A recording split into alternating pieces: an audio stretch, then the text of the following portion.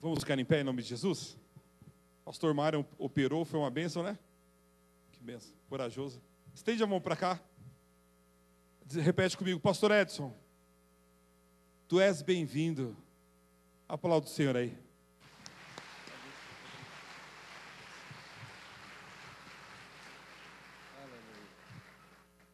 Meus queridos, paz do Senhor Jesus. Pode se assentar, por favor. Eu quero expressar aqui a alegria de poder, depois de um bom tempo, retornar aqui a essa criançada. Pode sair? Bem devagarzinho. Vamos para a escolinha, né? Isso. Cadê a criançada que não está querendo sair? Aí. Amém. Então é muito bom retornar aqui, rever muitos amigos aqui. Eu estava lembrando a primeira vez que vim pregar nessa igreja. Eu era tão magro, que eu ia tomar banho e eu conseguia colocar o sabonete aqui, ó, nesse osso, né? Muito magro. Era um pastor chamado Pastor Abel, era o pastor aqui dessa igreja. Ele me chamava de garoto pentecostal.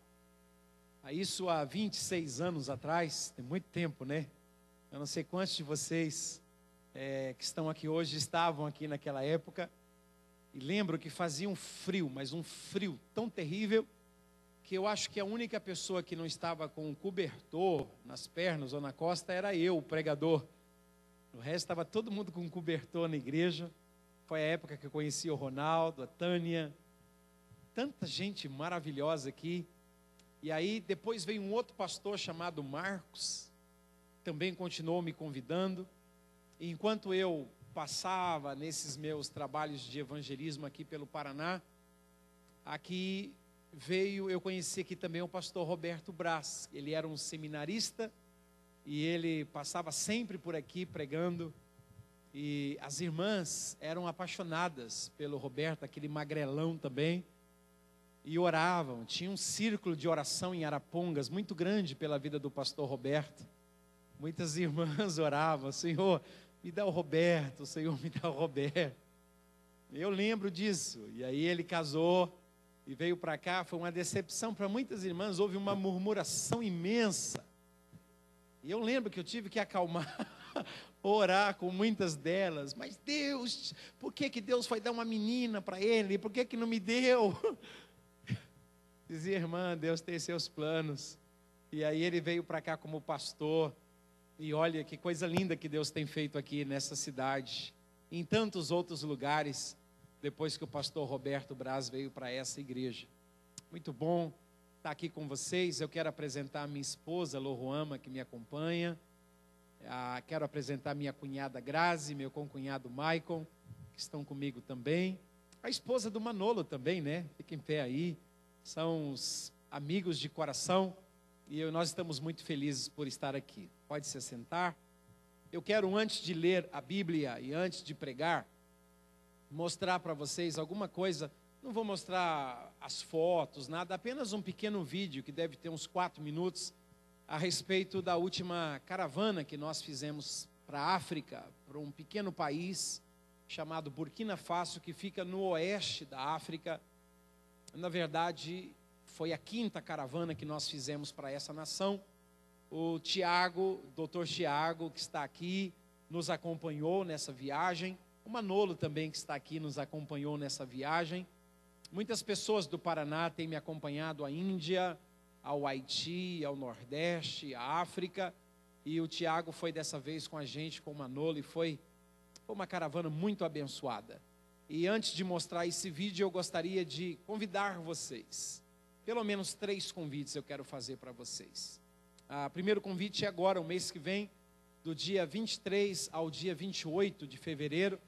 Nós vamos estar em uma cidade chamada Boa Hora, no estado do Piauí. É a 8ª cruzada de evangelismo e ação social que nós estamos fazendo.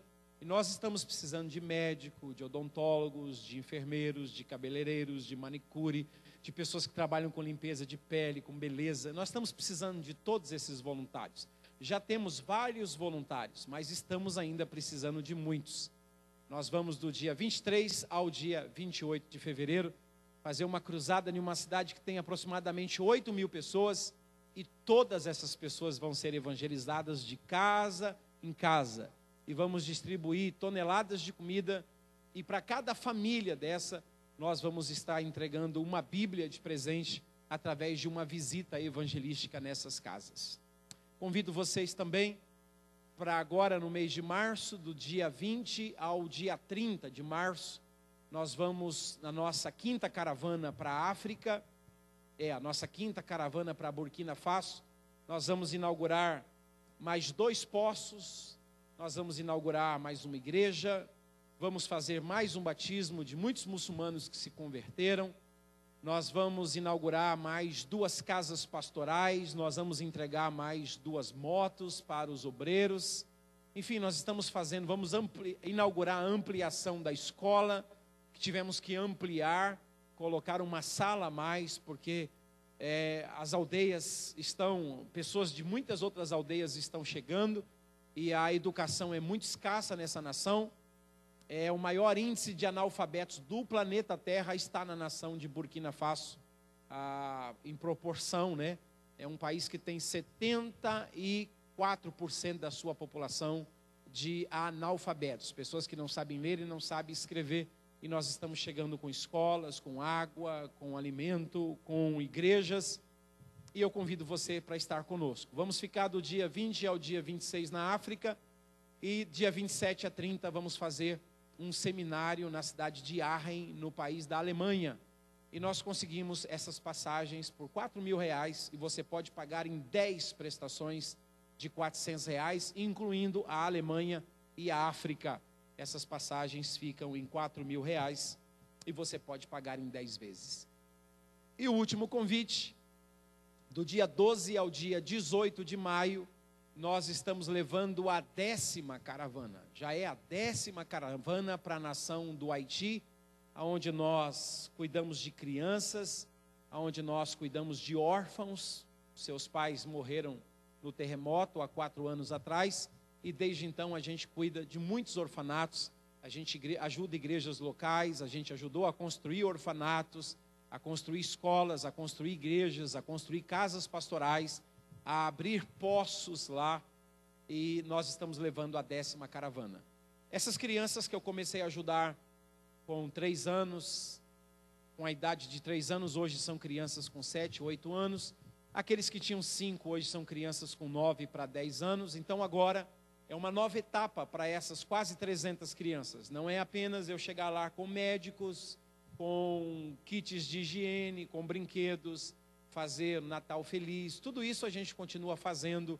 Não é apenas eu chegar lá e comprar comidas, toneladas de comida que dá para cada 6 meses. A gente vai repor esse estoque para alimentar as crianças durante todo o ano. Não é apenas isso que nós podemos fazer agora. Nós precisamos dar educação para essas crianças. Precisamos colocar essas crianças nas escolas. A gente paga professores que vão aos orfanatos, que dão aula. Essas crianças não vão crescer analfabetas, só que elas não são reconhecidas pelo governo. E essa educação não é reconhecida pela escola. A gente tem que colocar essas crianças na escola. Então vem com a gente. Eu sei que Deus vai tocar no seu coração para adotar uma criança, para adotar 5, para adotar 10 crianças. A gente paga, nessa idade de 6 a 9 anos, nós pagamos $130 por ano para colocar uma criança dessa na escola. Não é $130 por mês, são $130 por ano que nós gastamos para colocar uma criança dessa na escola. Então eu voltei para o Brasil agora, no mês passado estávamos lá, e voltei com esse desafio: nós vamos colocar essas crianças na escola. E em menos de um mês, um amigo meu, esses dias foi me visitar, e ele já me conhece de alguns anos, e já tem sido uma bênção muito grande, um amado do Rio de Janeiro. E ele disse assim: eu estou dando o ano de 2015 a escola para 100 crianças. E nos deu uma oferta de $13.000. Então Deus está abrindo as portas. Deus ama aquela nação. A Bíblia fala que Deus é o pai dos órfãos. O coração de Deus está no Haiti. E Deus está preocupado em cuidar da educação daquelas crianças também. Eu chamo você para ser um parceiro. eu chamo você para nos ajudar. Vamos ver um pequeno vídeo da nação de Burkina Faso, um pequeno resumo dessa nossa última caravana.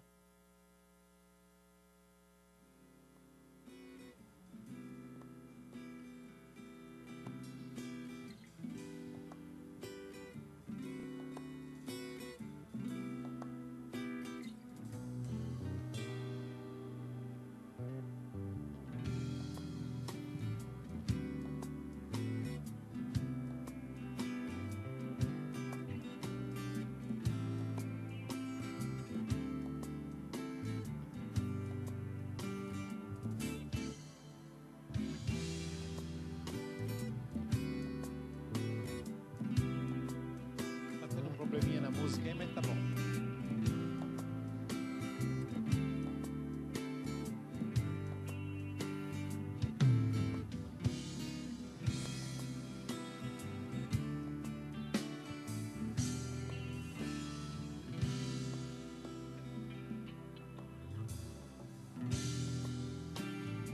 São partes dessa caravana. Enquanto a música enroscou, aí eu vou falando alguma coisa. Nós levamos médicos, enfermeiros, pessoas que trabalham em várias áreas com educação de criança, pessoal da APEC. Batemos uma bolinha, né? Uma bola bem pequenininha para brincar com a criançada. Foi uma grande alegria. São pelo menos 7 aldeias.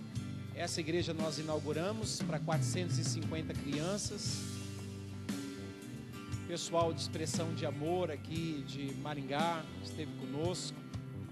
Isso é uma igreja na fronteira com o Mali. Uma cruzada que as pessoas pensavam que ia dar 200 pessoas e deu mais de 1.500 pessoas aqui com os tuaregues. Aqui onde nós inauguramos mais um poço, mais uma escola, mais uma igreja. Essa é uma mulher Fulani, pelas cicatrizes do seu rosto. Aqui eu estou fazendo um convite, não está saindo o som aí, mas eu estou dizendo que estamos no deserto do Sahel e que gostaria de ter você conosco na próxima caravana, convidando as pessoas para nos ajudar a fazer o bem. Lugar de refugiados de guerra. São 13 mil refugiados de guerra. Aqui nós estamos sendo escoltados pelo exército. É um lugar muito perigoso também, uma zona de conflito, né? Enquanto nós estamos fazendo todo esse trabalho, o exército, os soldados estão ali. Nunca aconteceu nada, Deus sempre foi misericordioso, mas é apenas uma precaução. Trabalho lindo, com milhares, centenas e centenas de crianças. Consagração de alguns obreiros, pastor Isaí, pastor Ilharga, a doutora dando atendimento para as crianças. Essa é uma das escolas, a sala de aula. Lá atrás está a escola, aqui está o poço. É um trabalho assim maravilhoso. Essa é a nossa base na capital. Essas são algumas igrejas que nós temos nas aldeias. Essa foi a nossa cruzada. Os missionários pensavam que teríamos apenas 200 pessoas, porque é uma aldeia muçulmana. E Deus nos surpreendeu.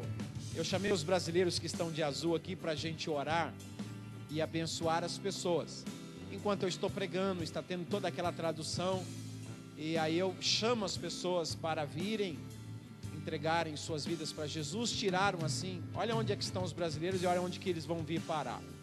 Foram quase 200 pessoas que foram entregar suas vidas para Jesus, receber uma Bíblia. Foi uma noite assim maravilhosa.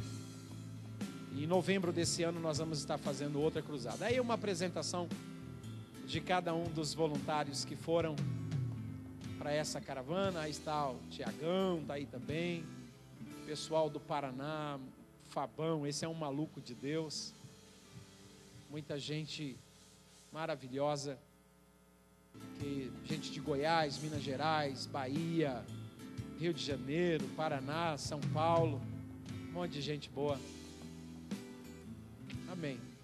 Que pena que sumiu a música e tal, mas está jóia. Deu para eu fazer aqui uma pequena narração. Você pode curvar sua cabeça, fechar os seus olhos? Você pode me ajudar a orar? pela nação de Burkina Faso. Abençoe essa nação e me ajude em oração, pedindo para que Deus levante mais voluntários para estar conosco nessas caravanas, fazendo bem, levando o amor de Jesus a esses povos. Pai, nós queremos te agradecer por tua presença aqui nessa noite e também pelo privilégio de poder te louvarmos e pela honra de poder apresentar alguma coisa que nós estamos fazendo na nação de Burkina Faso, no deserto do Sahel, na África.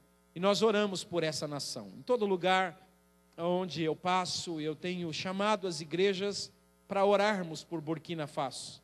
E esta é a razão, eu sei que é a oração da tua igreja, do teu povo, que está movendo as tuas mãos, que está amarrando as mãos do inimigo e que está libertando as mãos das pessoas oprimidas naquela nação. Obrigado por tantas crianças que estão te conhecendo através do evangelismo, da escola, da educação. Obrigado por tantos muçulmanos e animalistas ou animistas que estão te conhecendo, estão abandonando a prática da feitiçaria e estão entregando os seus corações para Jesus. Obrigado porque a cada ano nós fazemos uma caravana e em 2 caravanas, em uma delas nós estamos batizando dezenas e dezenas de ex-muçulmanos que estão entregando suas vidas para Jesus naquela nação. Nós abençoamos Burkina Faso, declaramos essa uma nação lavada e redimida no sangue de Jesus, no sangue do Cordeiro de Deus. E como igreja, nós declaramos essa nação, cujo Deus é o Senhor, para que o teu nome seja glorificado naquele lugar. Nos dê mais voluntários, sensibiliza, quem sabe, pessoas aqui nessa noite, como o Senhor tocou no coração do Tiago, para estar conosco, que outras pessoas também sejam tocadas, Pai, para que possam nos ajudar a fazer o bem naquela nação. Pedimos que assim seja, em o nome de Jesus de Nazaré, e quem concorda com esta oração, diga amém. Olha a pessoa que está do seu lado, diga assim, não esqueça de Burkina Faso não, por favor. Ore por essa nação. Dr. Tiago está aqui com um projeto de colocar uma clínica móvel para levar não só para a África, mas para outros países. Esse ano é o ano que ele vai estar percorrendo muitas igrejas para levantar recursos, porque isso não é barato, é um projeto que custa pelo menos uns 30 mil reais. E eu gostaria muito que essa igreja participasse desse projeto. Os irmãos não têm noção do que é uma senhora chegar para mim com a sua netinha de 10 anos e dizer, tem 10 anos que eu estou orando para que Deus me desse condições de levar a minha neta em um pediatra. E eu nunca tive condições de levar a minha neta para um pediatra. Sempre pedindo, e Deus foi tão bom que mandou um pediatra para minha aldeia. Uma mulher que estava orando desde que a criança nasceu. 10 anos orando pela saúde da sua netinha. E de repente chega uma pediatra lá na aldeia. E essa mulher só sabe chorar e agradecer a Deus. Pessoas que nesses lugares tão remotos estão precisando de tratamento. E a gente chega lá e faz a diferença na vida deles. Talvez para nós aqui não tenha muita diferença. Mas lá pode mudar a vida de uma pessoa.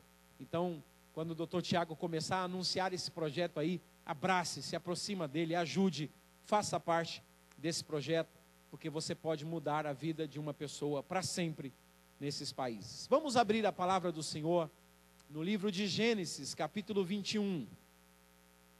Primeiro livro da Bíblia, livro de Gênesis, capítulo 21. Eu vou trazer aqui uma mensagem rápida, uma mensagem objetiva. Gênesis 21, versículos 5, 6 e 7 diz assim: tinha Abraão 100 anos quando lhe nasceu Isaque, seu filho.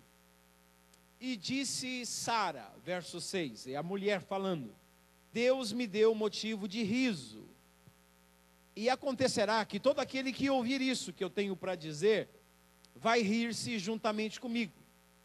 E ela acrescentou a essa sua fala o seguinte: quem diria a Abraão que Sara amamentaria um filho? Uma outra tradução dizia, quem teria dito a Abraão que Sara amamentaria um filho? Pois na sua velhice eu lhe dei um filho. Esse texto que eu acabo de ler, essa porção desse capítulo 21, fala de um momento muito maravilhoso para a vida de uma senhora. De uma senhora que já estava ouvindo, quem sabe, de uma forma muito clara no seu ouvido, que ela era uma fracassada. Que ela seria uma mulher que iria morrer com um sentimento de que não conseguiu cumprir o seu propósito na vida.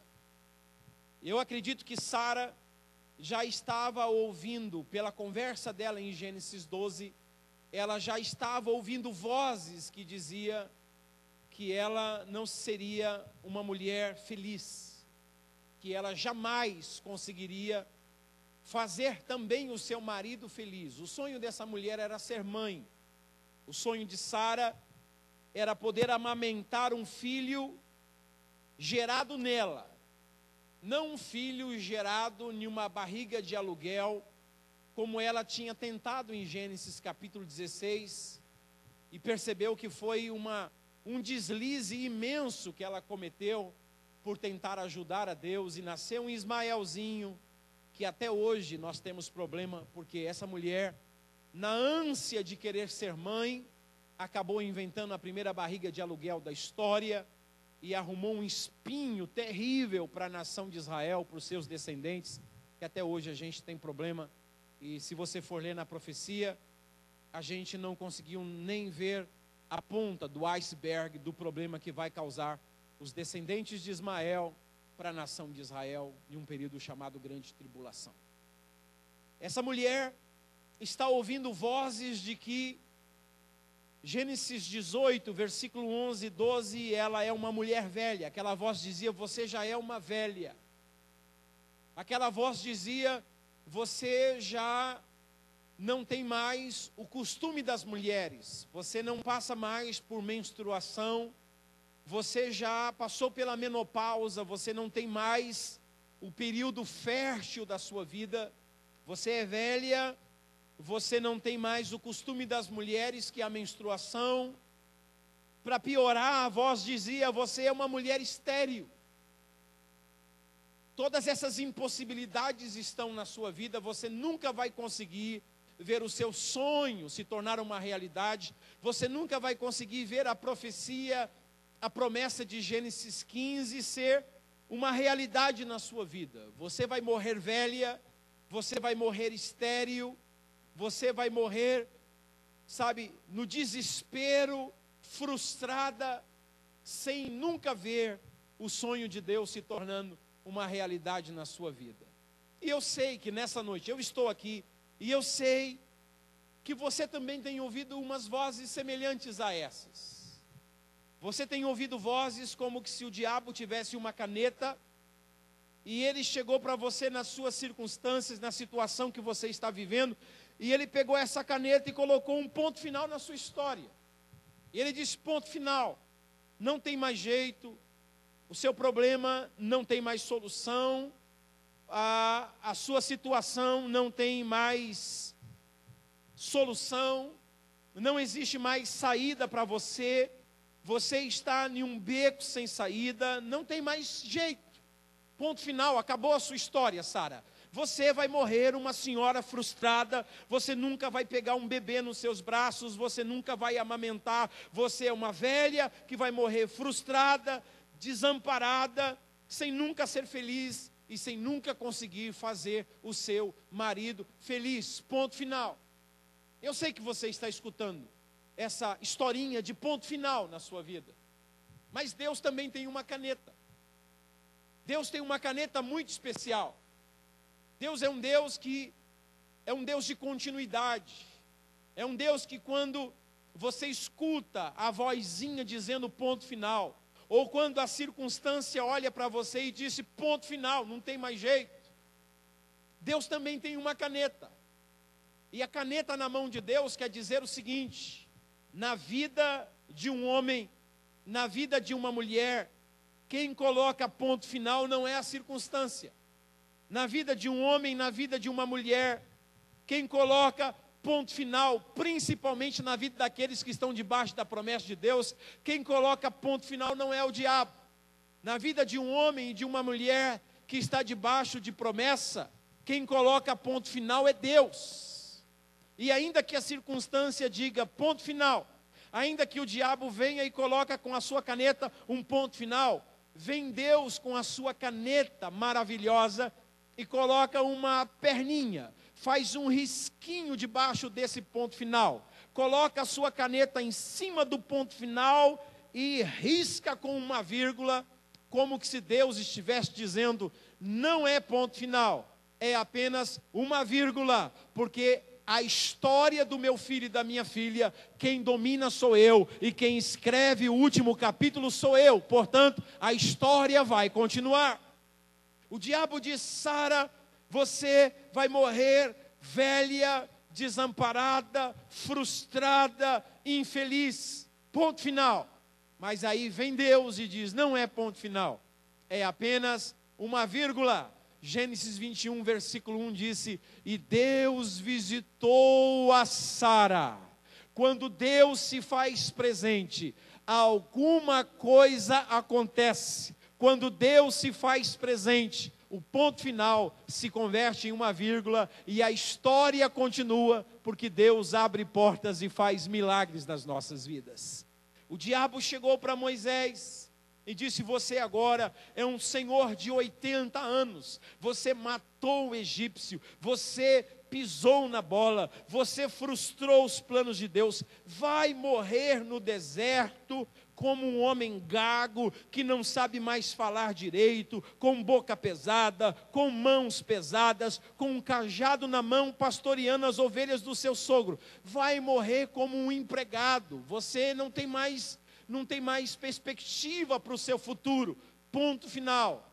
Mas o Deus de Abraão, o Deus de Isaac, o Deus de Jacó, pegou novamente a sua caneta celestial e ele colocou uma vírgula, e essa vírgula veio em forma de uma sarça ardendo. Com 80 anos de idade, Moisés pensava que não podia fazer mais nada, mas a sarça começou a arder, e então começou o grande milagre de Deus na vida de Moisés. Não era o fim, ia apenas continuar, porque Deus ia fazer milagres na vida de Moisés. Um dia, o diabo chegou para Elias, trancado em uma cova, com depressão, dizendo, mataram todos os profetas, e o Elias acreditou na voz do diabo.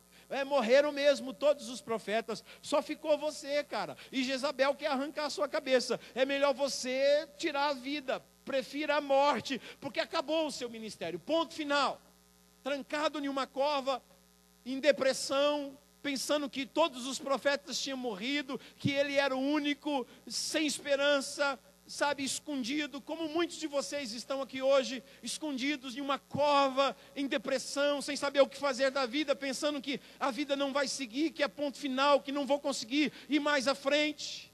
Vem Deus nessa situação de Elias e pega a sua caneta e coloca uma vírgula dizendo, não para aqui, a história vai continuar. Elias, sai dessa caverna, você vai ungir um rei em Samaria, você vai ungir um rei na Síria, você vai ungir Eliseu como profeta no seu lugar, e tem mais. Você não vai morrer, eu vou mandar uma comitiva celestial do céu, uma carruagem com cavalos de fogo, que vai passar e vai levar você para a eternidade, e você não vai morrer. Eu poderia passear a Bíblia toda, de situações em que o diabo colocou um ponto final, como Marta e Maria, que é um ponto final mais claro do que esse, não tem jeito, ponto final. Seu irmão morreu, não vai ter mais continuidade da história.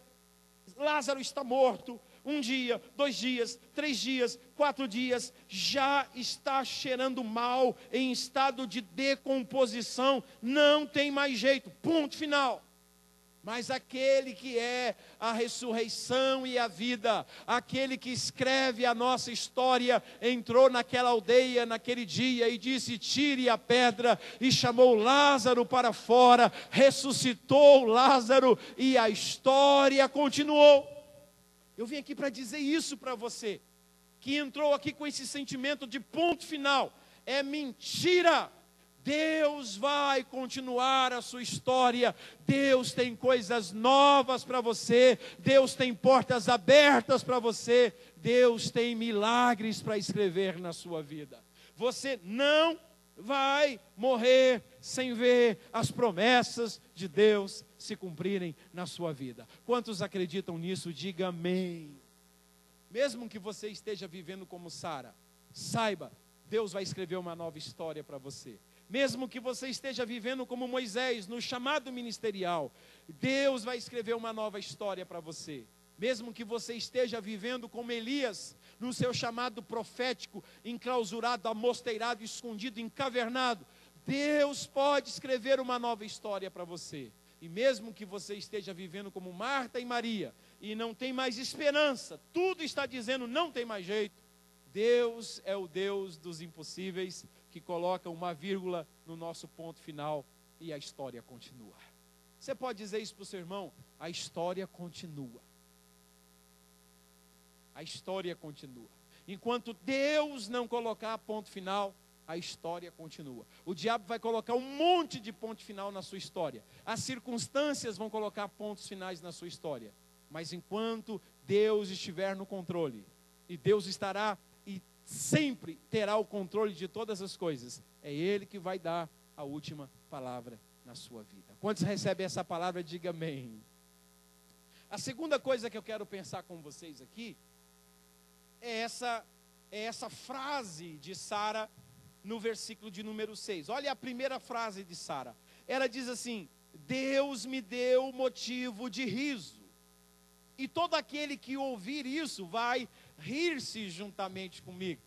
Sara está dizendo, eu estava vivendo em depressão. Eu estava pensando que ia morrer infeliz. Eu estava mesmo, conforme Gênesis 18, versículo 1 e 12, 11 e 12, eu estava mesmo pensando que eu tinha perdido a esperança de ser mãe. Não existia mais esperança para mim. Mas Deus entrou na minha história e Deus me deu motivos de riso. Eu olho para a minha bênção hoje, eu pego o Isaac no colo e eu dou risada, porque o Isaac é a minha alegria. O Isaac é o motivo de riso que Deus me deu.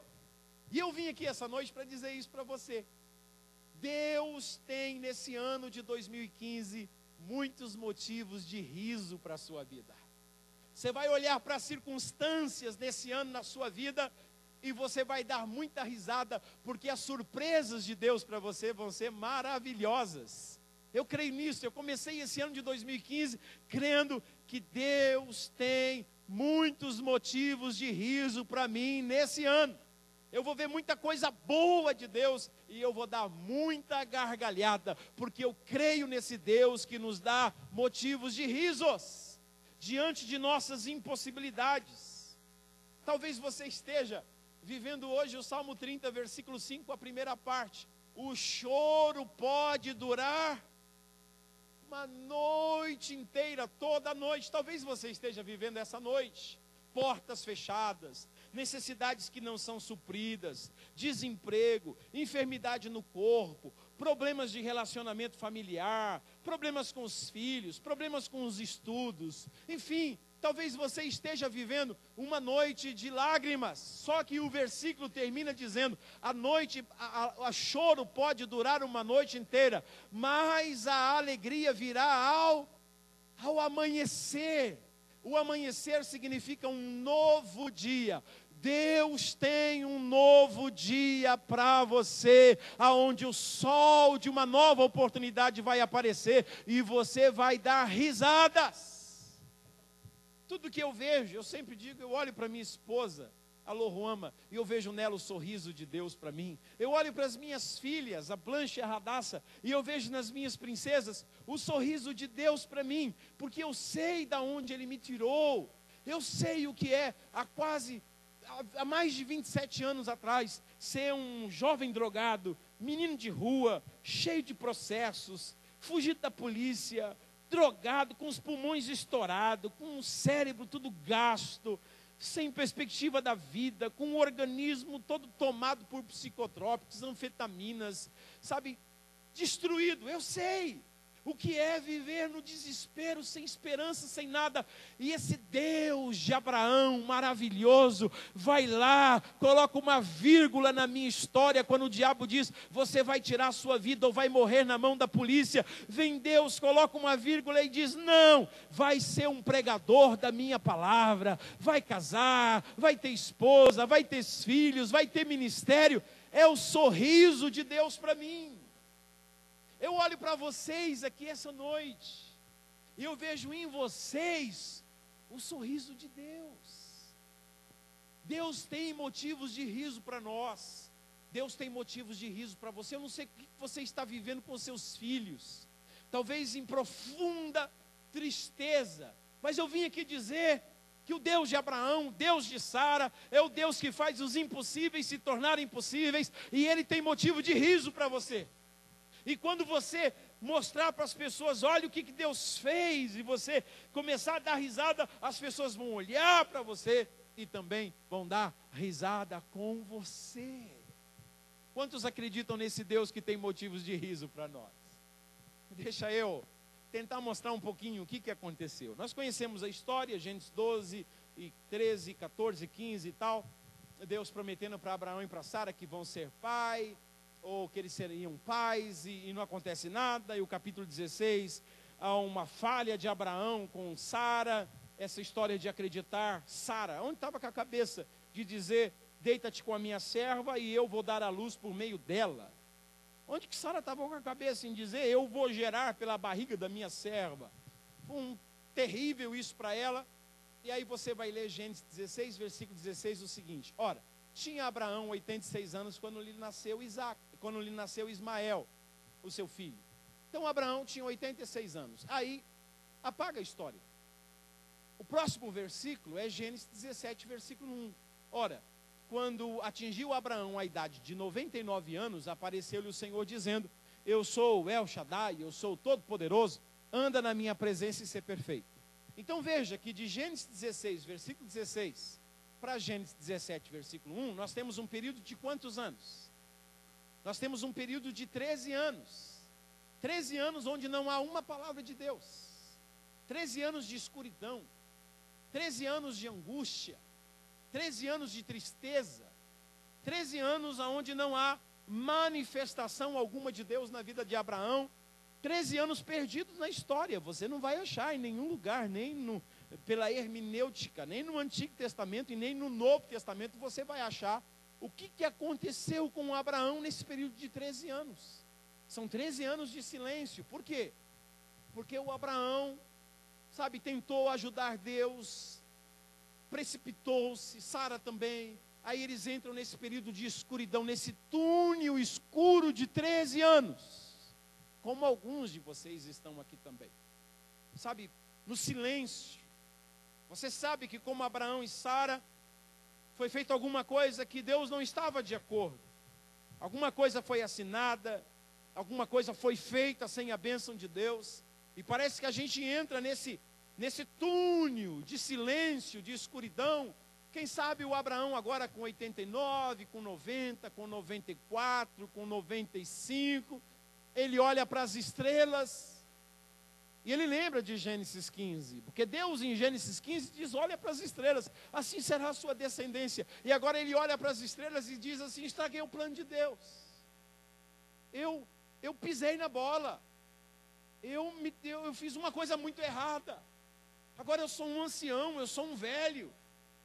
E eu olho para as estrelas e eu sei que eu estraguei o plano de Deus. E aí com 99 anos já se sentindo um Senhor, nessa angústia, nessa tristeza, é aí que aparece Deus. E aí, em Gênesis 17, versículo 17, pode ler aí, por favor, Deus diz para Abraão, você vai ser pai.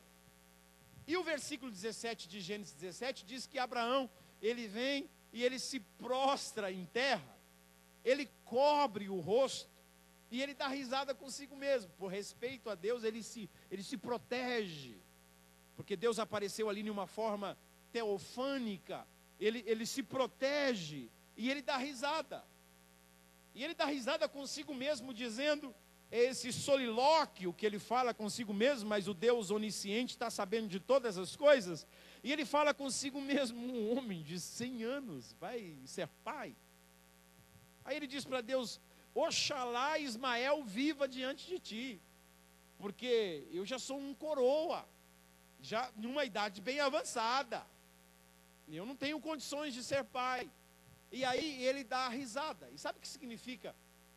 No original hebraico, quando diz assim, riu-se consigo, no hebraico de Gênesis 17, versículo 17, diz o texto: e Abraão produziu um Isaque. E ele produziu um Isaque. Mas era um riso de incredulidade, porque a palavra Isaque significa riso. E riu-se Abraão consigo. Diante de suas impossibilidades, ele deu risada. Só que a risada que Abraão dá é uma risada de impossibilidade. Você já deu risada de incredulidade? Nós vivemos dando risada de incredulidade.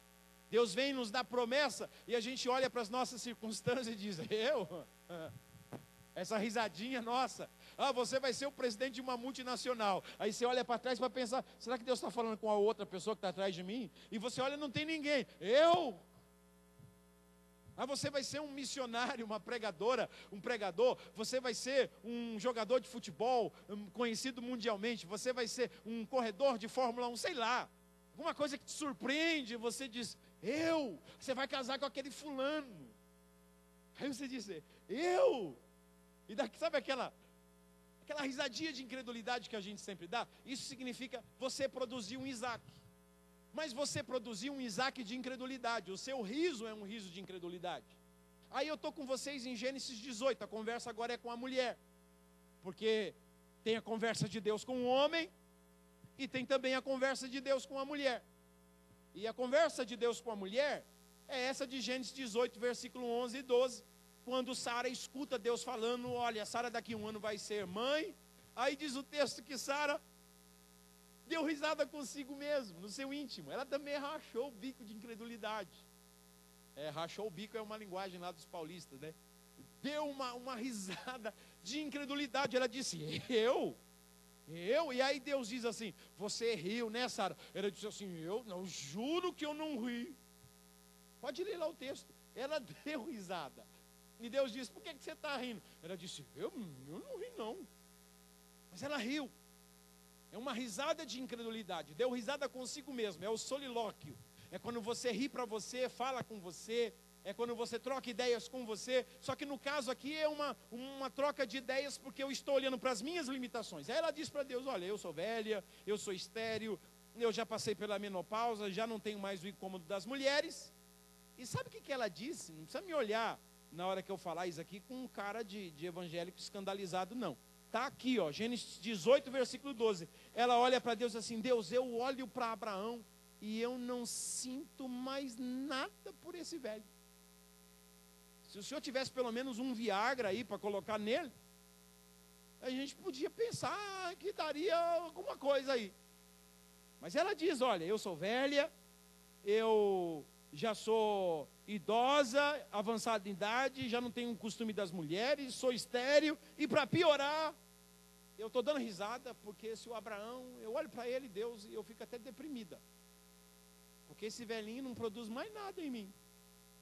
Era terrível a situação.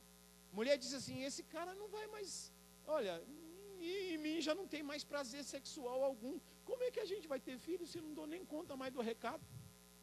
O velhinho não dá conta de mais nada, Deus. É essa a conversa aqui. Não precisa ficar escandalizado, não, porque essa é a conversa aqui que Sara está dando. Mas ela deu uma risada. Olha o versículo 12. Riu-se, pois, Sara no seu íntimo. O que ela produziu? Ela produziu um Isaque. Mas o Isaque de Sara também é um riso de incredulidade. Não é esse tipo de riso que Deus quer te dar. Esse motivo de riso, Deus não quer que você tenha motivos de risos por causa das coisas impossíveis, risos de incredulidade. Não, nós somos crentes. Nós cremos em um Deus poderoso, grande. Por isso, quando nasce o bebê, qual é o nome que Deus manda colocar? Isaque. Abraão e Sara vocês vão colocar nesse menino o nome de Isaac, que significa riso. Porque toda hora que você ia falar assim, Isaac, meu filho, pega um copo d'água, está com vontade de uma coberta, Isaac, uma coberta, Isaac para a escola, Isaac, não faça isso. Você vai chamar Isaac, sorriso, vem cá, sorriso, faça isso, sorriso, faça aquilo, para vocês nunca mais duvidarem de que eu sou um Deus que faço o impossível se tornar possível na vida das pessoas. Mesmo que hoje você esteja como Abraão e como Sara, vivendo em impossibilidades financeiras, em impossibilidades materiais, espirituais, ministeriais, creia no Deus de Abraão, porque Ele pode dar motivo de risos para você, Ele pode fazer coisas maravilhosas em que você vai dar muita risada para a glória de Deus. Quantos recebem essa palavra? Diga amém. Você pode dar um sorriso para essa pessoa que está do seu lado aí? Eu não sei se isso aí é um Isaac de incredulidade, mas eu sei que Deus tem muito sorriso para você, e não é semelhante ao sorriso desse irmão, não. O sorriso que Deus tem para você, os motivos de riso que Deus tem para você, vai ser coisas tão maravilhosas, que quando diz Sara, as pessoas que ouvirem também vão dar risada comigo, porque vão ver a mão poderosa de Deus agindo. Ô Abraão, puxa, legal, hein, Abraão, seu neto, esse é seu netinho? Que neto? Esse aqui é meu filho, Isaac. Já pensou? Um senhor de 100 anos, chamando um garoto, esse é meu filho. Olha o sorriso na cara desse camarada. O Isaac, um jovem já de 15 anos, o Abraão já com 116, e vão dizer, bonito o seu neto, né? Que neto? É o meu filho Isaac. Imagine, Deus vai fazer coisas na sua vida, que vai encher a sua boca de riso, e você vai falar com ousadia, porque é a bênção de Deus na sua vida, e as pessoas vão dar risada com você também.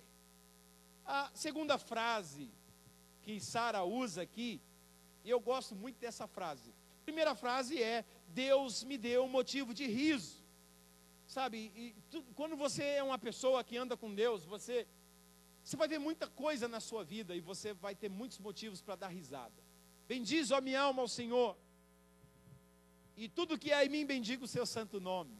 Bendize, ó minha alma, ao Senhor, e não se esqueça de nenhum dos seus benefícios, porque é Ele que perdoa todos os seus pecados, é Ele que sara todas as suas enfermidades, é Ele que redime a sua vida da cova, que coroa você de bondade, de benignidade, é Ele que enche a sua boca de bens, e que renova a sua mocidade como de uma águia.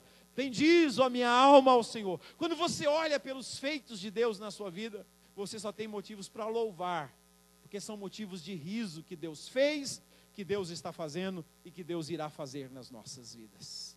E a segunda frase de Sara, é essa que eu gosto muito. Quem diria a Abraão que Sara amamentaria um filho? Eu gosto dessa frase, quem diria? Quem diria? Vai ter coisas que Deus vai fazer na sua vida, talvez esse ano, que as pessoas vão olhar para você e vão dizer, quem diria? Eu sei de onde você veio, olha só onde você está, quem diria? Tem alguns solteirões aqui hoje, que eu acho que até o final do ano alguém vai olhar para você e vai dizer, quem diria? Algumas solteironas que estão aqui também, vai recebendo aí, em nome de Jesus, é motivo de riso, que vai chegar no final do ano e alguém vai olhar para você e vai dizer, quem diria? Conseguiu, hein?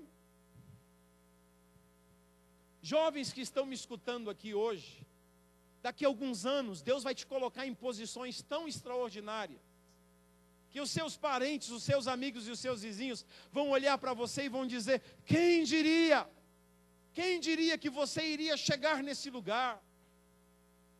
Talvez você está sofrendo com um filho agora, com uma filha, com uma circunstância, com um problema, Deus vai fazer coisas na vida dos seus familiares, nas suas circunstâncias, que lá na frente alguém vai olhar e vai dizer: quem diria? Quem diria que essa porta iria se abrir?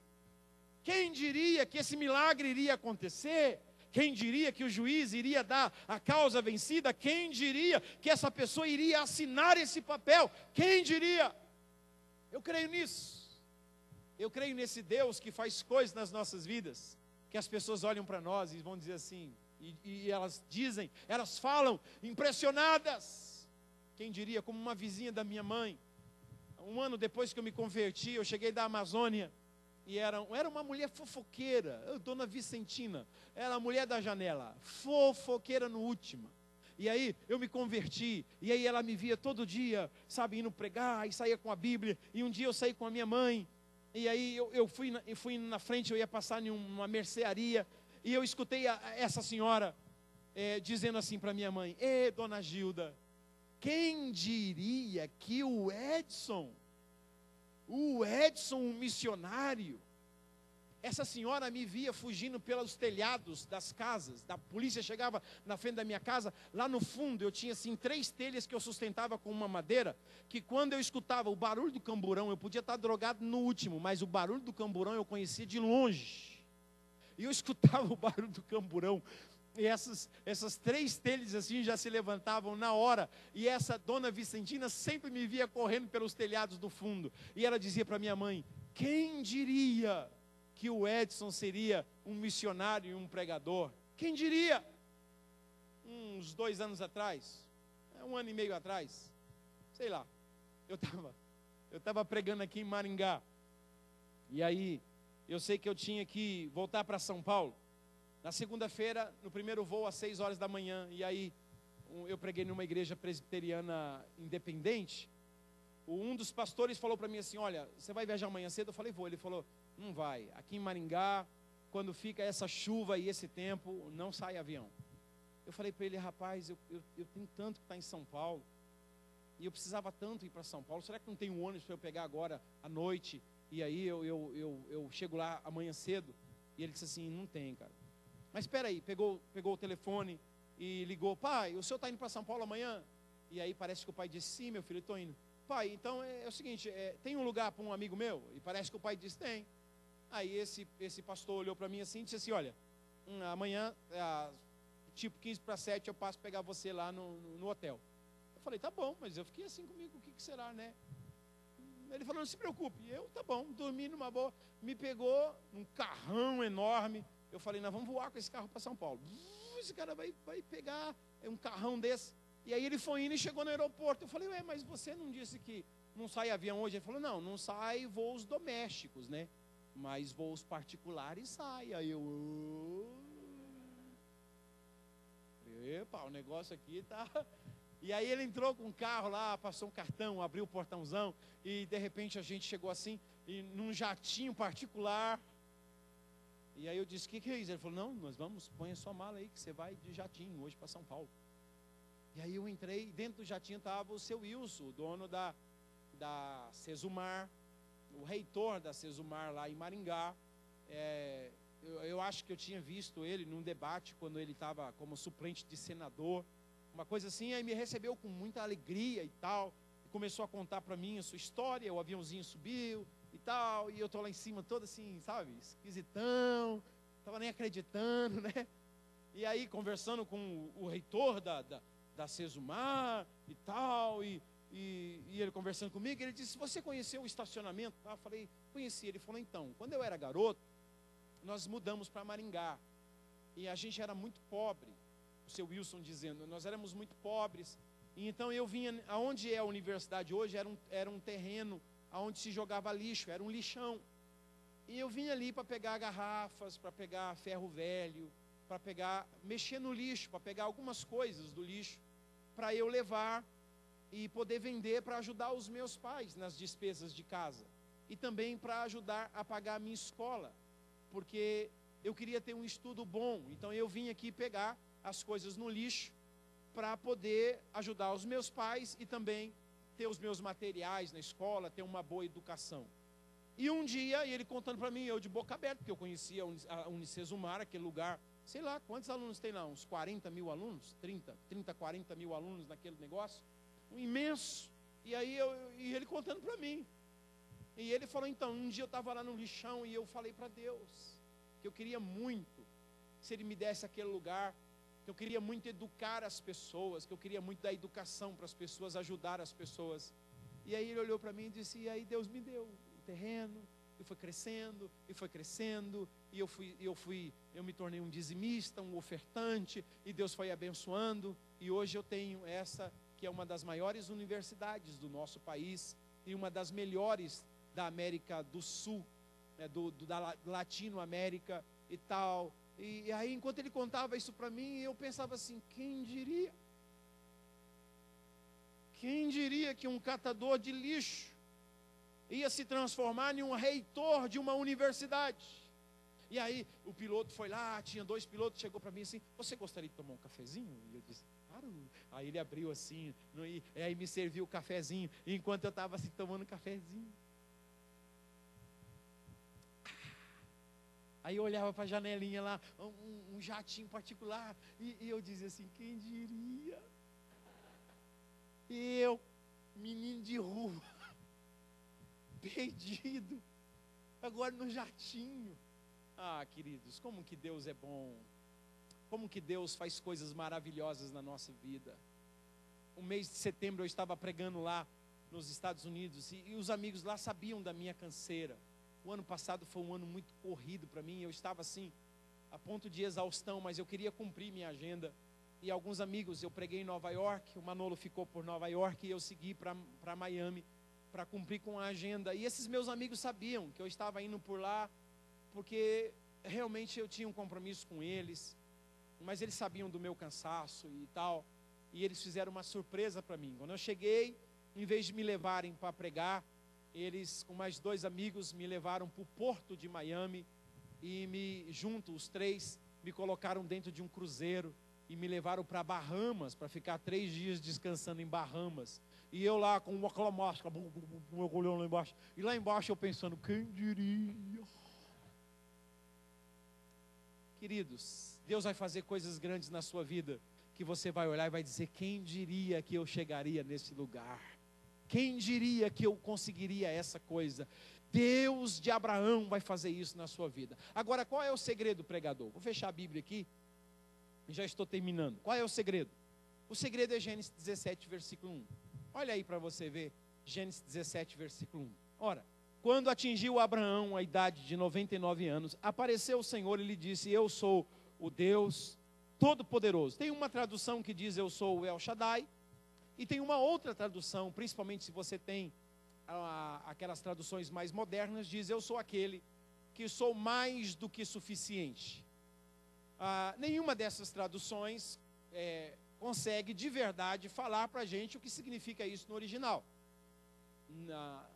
O latim, ou as línguas que vieram do latim, que são chamados de língua romance, como o espanhol, o francês, o português e o italiano, não existe vernáculo, não existe palavras, não tem.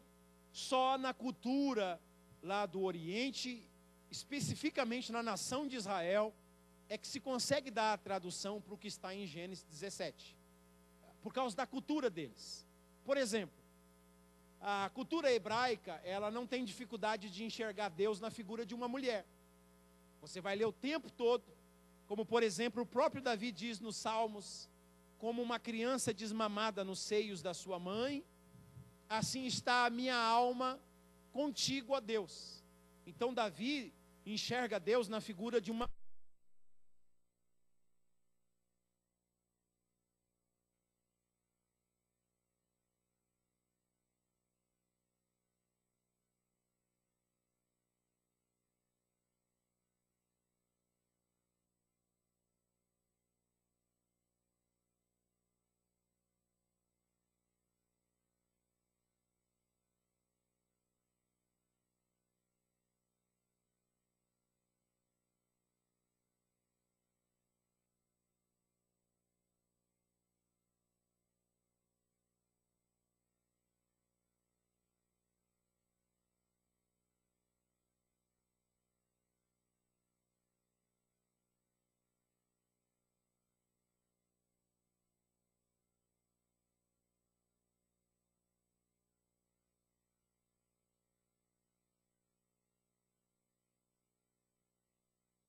estão ao pé da letra. Como é que você vai imaginar Deus dizendo, eu sou aquele que tem muitos seios, eu sou aquele que tem muitos... não tem tradução. Vai parecer uma divindade pagã, como a Medusa, ou outras, não é a Medusa, é uma deusa de Kali, que tem um monte de seios, né? É mais ou menos isso que Deus está dizendo, eu sou aquele que tem muitos seios. Por que Deus está dizendo isso para Abraão? Porque Abraão se sente fraco nesse momento. Por isso que ele dá risada. Ele fala, eu tenho 100 anos, eu não posso ser pai. Eu não tenho mais força sexual. Eu não tenho mais energia. Sara também não tem. Nós não temos condições alguma física de sermos pais. E aí vem Deus nessa maior fragilidade de Abraão e diz, eu sou El Shaddai. Eu sou aquele que tem muitos seios. Na linguagem hebraica, Deus está dizendo, Abraão, assim como uma criança que está, nervosa, ou que está com fome, está irritada, a mãe pega e coloca nos seios, e essa criança começa a mamar. O leite que há na mãe tem nutrientes suficientes para apaziguar todo o organismo da criança, e a criança agitada fica quieta, e a criança que está, como uma pilha Duracell, se sente acalmada e dorme. Por isso Davi usa essa linguagem, como uma criança que está mamando no seio da sua mãe, assim está a minha alma apegada a ti, ó Deus, eu também estou mamando em ti. Deus está dizendo, Abraão, eu sei que você está fraco, eu sei que você não tem uma fé forte, mas eu tenho nutrientes para você. Venha em mim, em outras palavras, venha mamar em mim, porque em mim há nutrientes, se entregue como uma criança em minhas mãos, tenha uma fé pura, uma fé de criança. Eu sei que você não pode, eu sei que você não consegue, eu sei que você não dá conta, eu sei que você não tem força, mas em mim há poder, há nutrientes para passar para a sua vida e vitalizar você. Vem mamar em mim. Aí um dia eu disse, Deus, eu queria tanto encontrar isso no Novo Testamento, porque ficar pregando esse negócio lá do Antigo Testamento, vem mamar em Deus, Senhor, o que o povo vai pensar? Não vai ficar legal. Me dá, Senhor, me mostra isso no Novo Testamento. E Deus me levou aqui em 1 Pedro capítulo 2, e o versículo de número 2, quando Pedro diz assim, desejai ardentemente, como crianças recém-nascidas, o genuíno leite espiritual, para que por ele vos seja dado crescimento para a salvação. Eu achei isso no Novo Testamento. Vem mamar em Deus. Está se sentindo fraco? Vai mamar em Deus. Em Deus há nutrientes para a sua fé. Em Deus há força para as suas fraquezas, em Deus há saúde para as suas enfermidades, em Deus há possibilidades para as suas impossibilidades, em Deus há o sobrenatural para o seu natural, em Deus há portas abertas. E o Abraão aprendeu isso. O Abraão foi mamar em Deus. Por que eu estou dizendo isso? Porque em Gênesis 22, o Abraão foi sacrificar Isaac. No capítulo 23, ele está voltando, ele vem para sepultar Sara. A cultura judaica diz que Sara não suportou a angústia e morreu por saber que o seu filho seria sacrificado. Por isso, assim que você vê o término de Gênesis 22, que é o capítulo que Isaac foi levado ao monte, veio, Gênesis 23, faleceu Sara com a idade de 127 anos, e veio Abraão para lamentar o seu corpo por muito tempo. E Abraão pranteou o corpo de Sara por vários dias. Sara não suportou isso. Ela nem imaginaria que o Isaac voltaria, né? A cultura judaica diz que ela não suportou essa ideia de que ela iria perder o seu filho. O Abraão, nós sabemos, tem quantos anos a mais que Sara? 10 anos. Então Sara morreu com 127 anos, portanto, o Abraão agora está com 137 anos. Gênesis 24, passam-se mais 3 anos, Isaac casa-se com Rebeca. Isaac tem 40 anos quando ele casa-se com Rebeca. Quando Isaac casa-se com Rebeca, Diz em Gênesis 25, versículo 1 ao versículo 5, que o Abraão não gostou dessa ideia de ficar viúvo, não. Ele disse: viúvo fique Sara, porque foi Sara que morreu. Eu estou vivo, eu vou casar de novo. Não é essa a linguagem que diz aí que viúvo é quem morre? Porque quem fica vivo casa de novo? Parece que o Abraão foi o pai dessa ideia. E ele disse: eu vou casar de novo. E diz em Gênesis 25 que ele casa com uma tal de Quetura. E com Quetura, o Abraão teve 1, 2, 3, 4, 5, 6 filhos. Lembre-se que já não estou mais em Gênesis 17 com um homem de 99 anos se sentindo velho.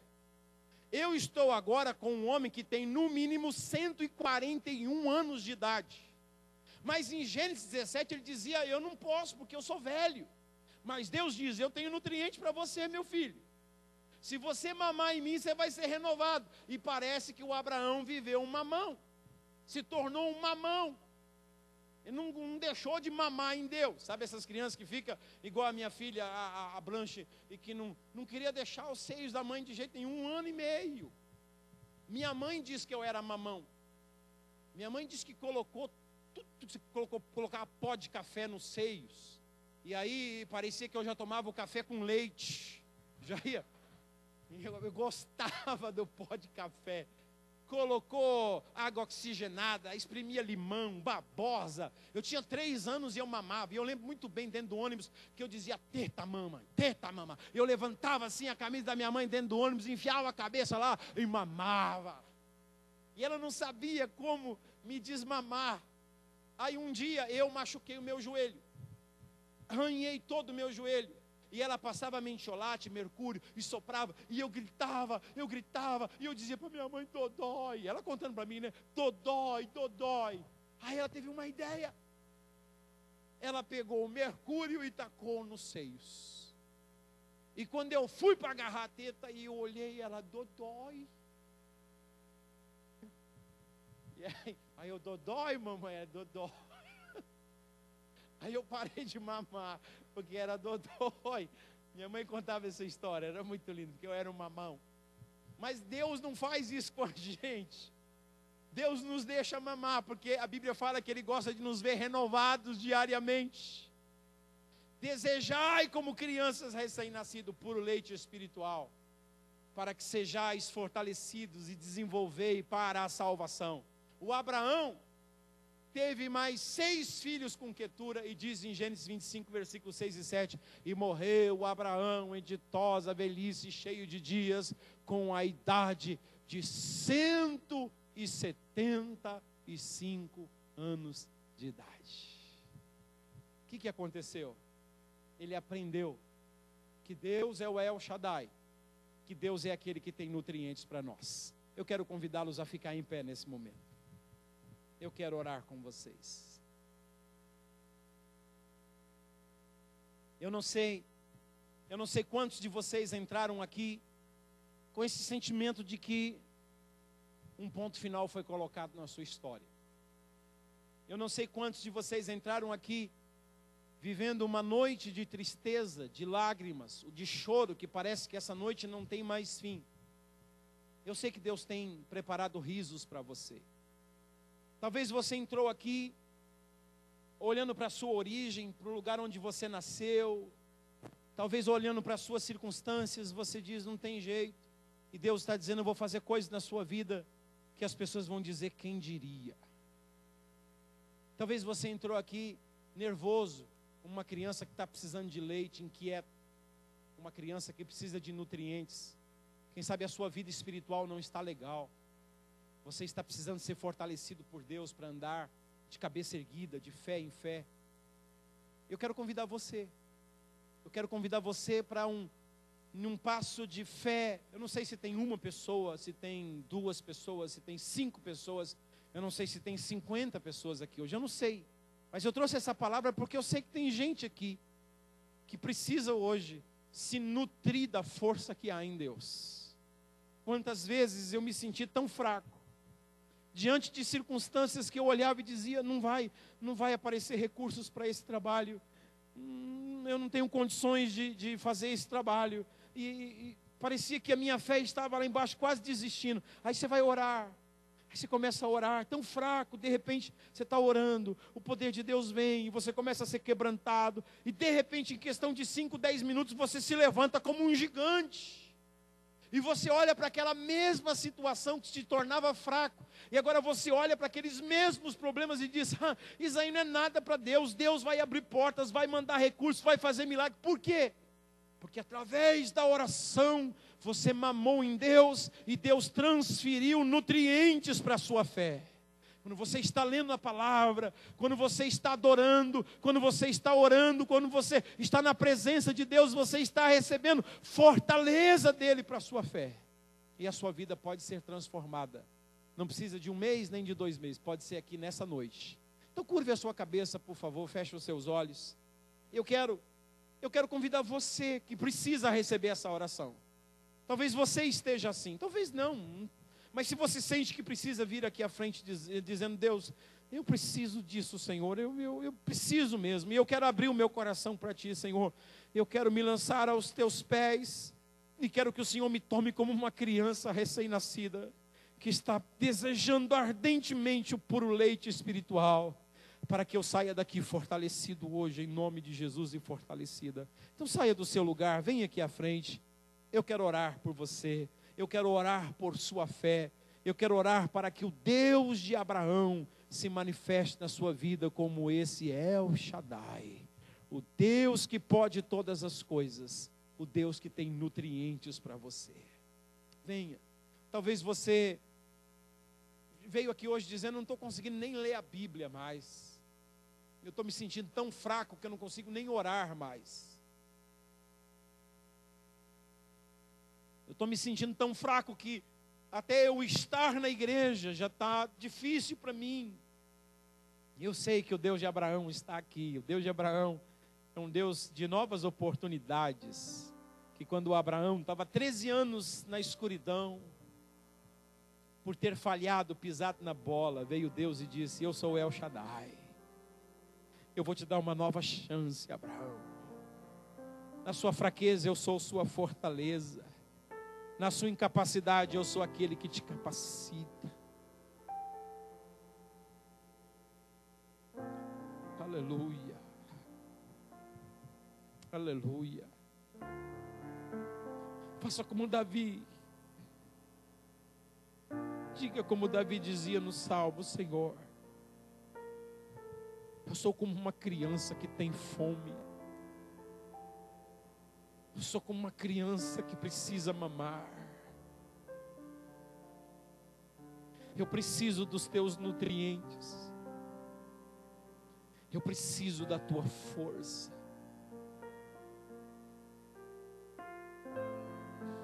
Oh, aleluia.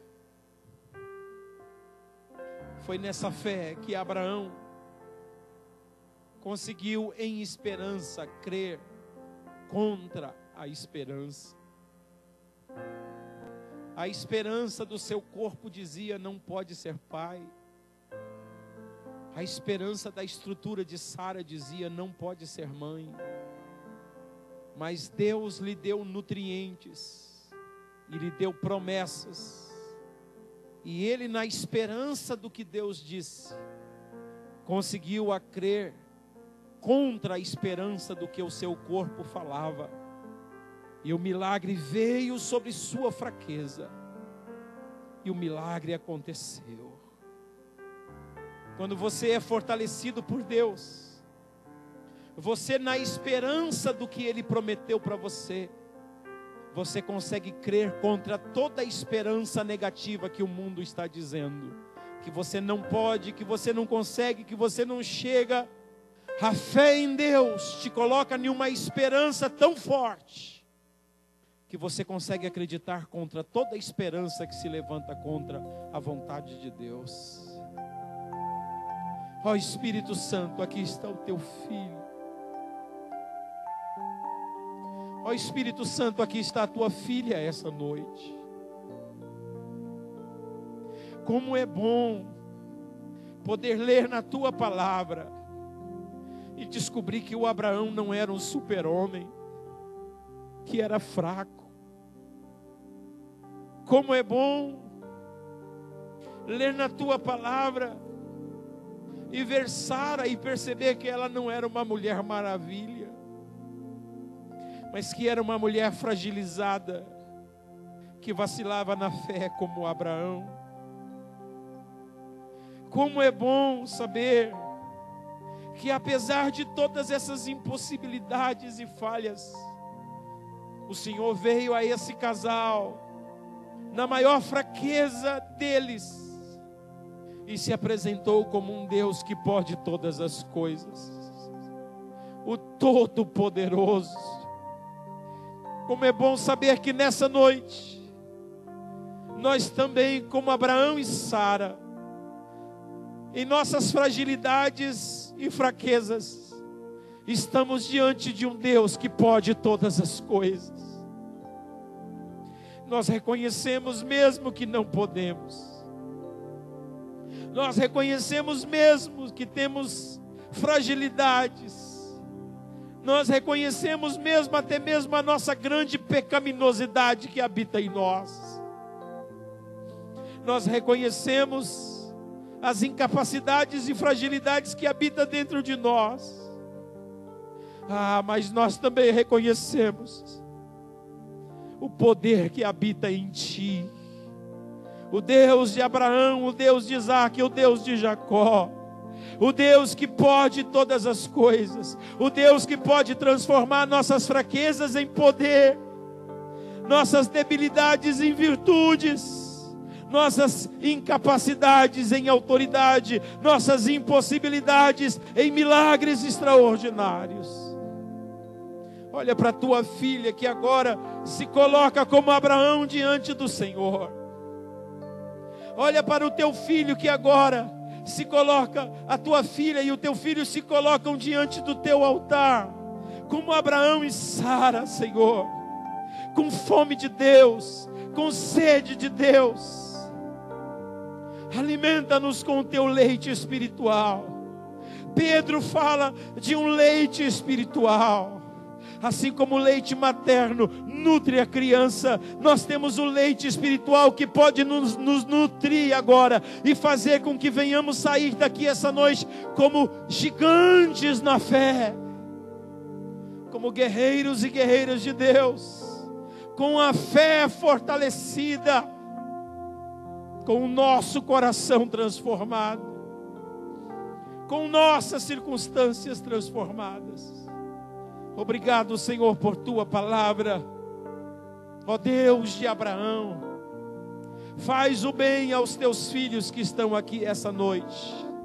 Toca no corpo, toca na alma, toca nas emoções, assim como o Senhor se fez presente em Abraão e Sara e os visitou.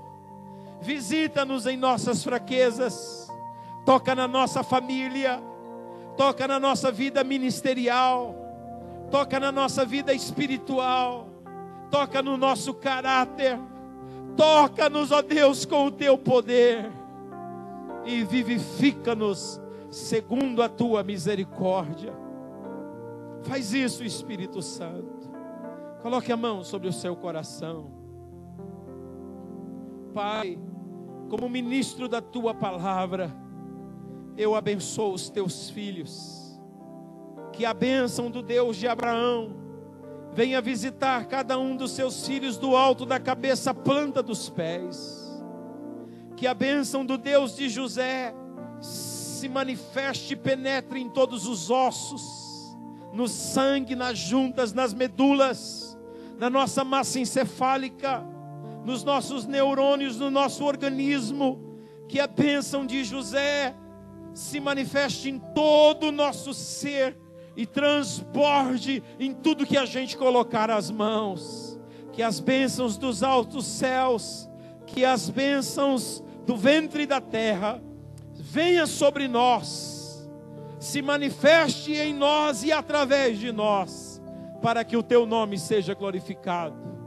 Assim eu oro em o nome de Jesus Cristo, o descendente de Abraão, o Emanuel, o Deus conosco, nesse nome que está acima de todo nome, no nome de Jesus, aquele que está sentado à destra do Pai e intercede por nós, é nesse nome que eu oro, crendo no milagre.